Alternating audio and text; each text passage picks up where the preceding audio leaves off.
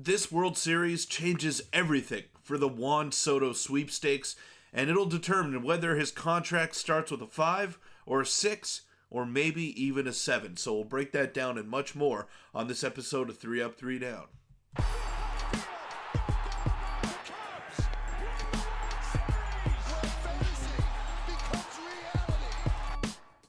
Welcome in, everybody, to 3 Up, 3 Down. I'm your host, Peter Vryonis, and today we're going to be breaking down Juan Soto and how his contract may be affected by his performance in this year's World Series. But before we get into the video, I want to apologize for my voice, and I'm a little bit under the weather, but I'm beating it. I'm getting over it, and just in time for the World Series, which is set to get underway tomorrow. I'm so excited. But I want to let you know just to hit the subscribe button because we're close to my goal of 1,500 subscribers. And it'd mean the world if you could help get me there. So go ahead, hit that sub button. It's free. It doesn't cost you anything. And it helps me out a ton. But let's get straight into the video. Let's take a look at Juan Soto's last World Series appearance where he was a rookie. And spoiler alert, he was pretty damn good. A .333 average, a .438 on-base percentage, 3 home runs, 7 RBIs, and an OPS over 1.1, approaching 1.2. And this was him as a rookie against a Houston Astros dynasty.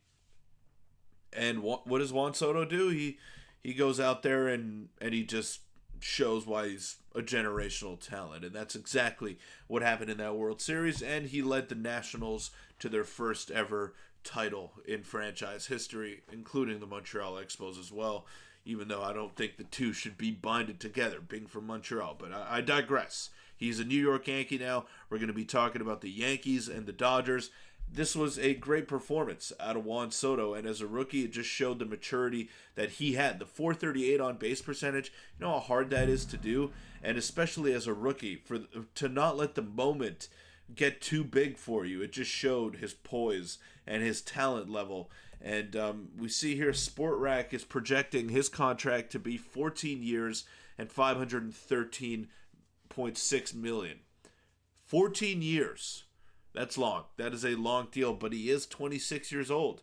So it's not like this is a 30-year-old signing a double-digit year deal.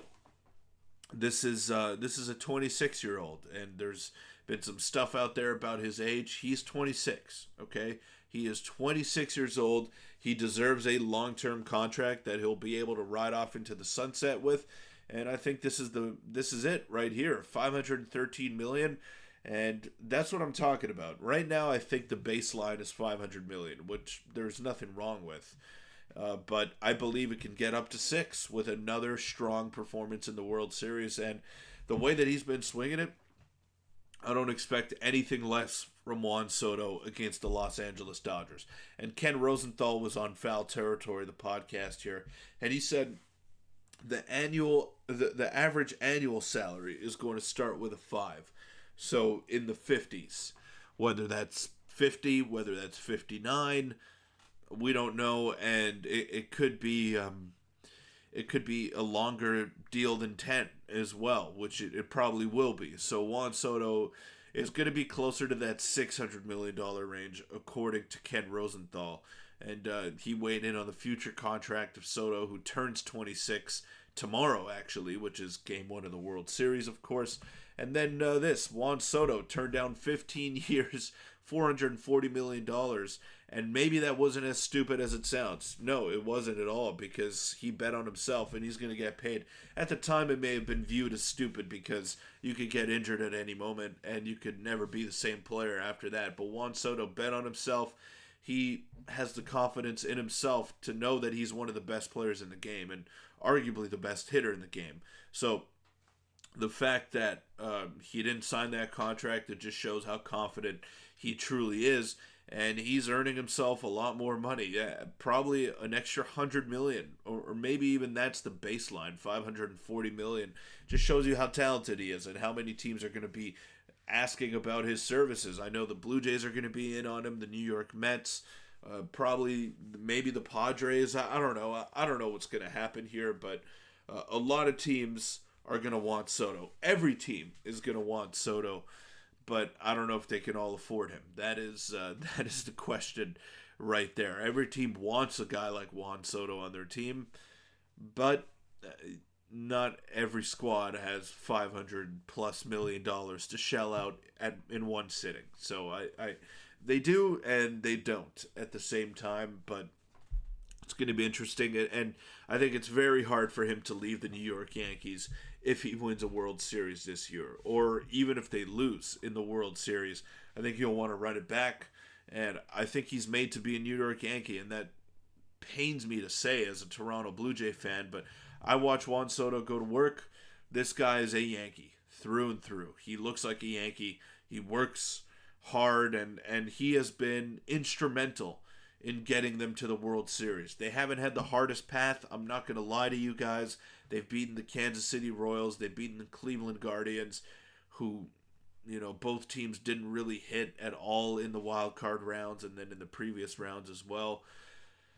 But they got the job done. They handled business. We all knew that the American League was significantly weaker than the National League, and that was evident in the games and the competition that we were seeing in the early rounds of the playoffs. The NL was back and forth. The Padres were that close to eliminating the Los Angeles Dodgers, and now the Dodgers are in the World Series. So it was really a toss-up between those two teams. It was a toss-up between the Mets and the Phillies, and people thought the Phillies were going to win, and the Mets come out of nowhere and beat them. So you don't know. You never know what's going to happen there, and the Yankees took care of business. That's all you could have asked from them, I guess. And look, it's not about who you play; it's about when you play them, and whatever. It's fine. The Yankees got the job done, so I'm not going to rag on them here. They had a much easier path to the World Series than the Dodgers did, but you still got to win those games, man. It's still tough to beat teams with playoff rotations and with great bullpens, like the Kansas City Royals and like the Cleveland Guardians as well. So it's not some cakewalk here. It really isn't. And I found this interesting here. I'll pay $72 for a hot dog if we sign Juan Soto and Kyle Pagan, tagging the Phillies there. So I wouldn't personally. I would not be comfortable paying $72 for a hot dog just to get one player, but I understand. I understand it, and I am a diehard Blue Jay fan. Would I do it once? Would I pay $72 for a hot dog once to get Juan Soto? Yes, I would. But the next times I go to the ballpark, will I be eating copious amounts of food before I get into my seat? Also, yes.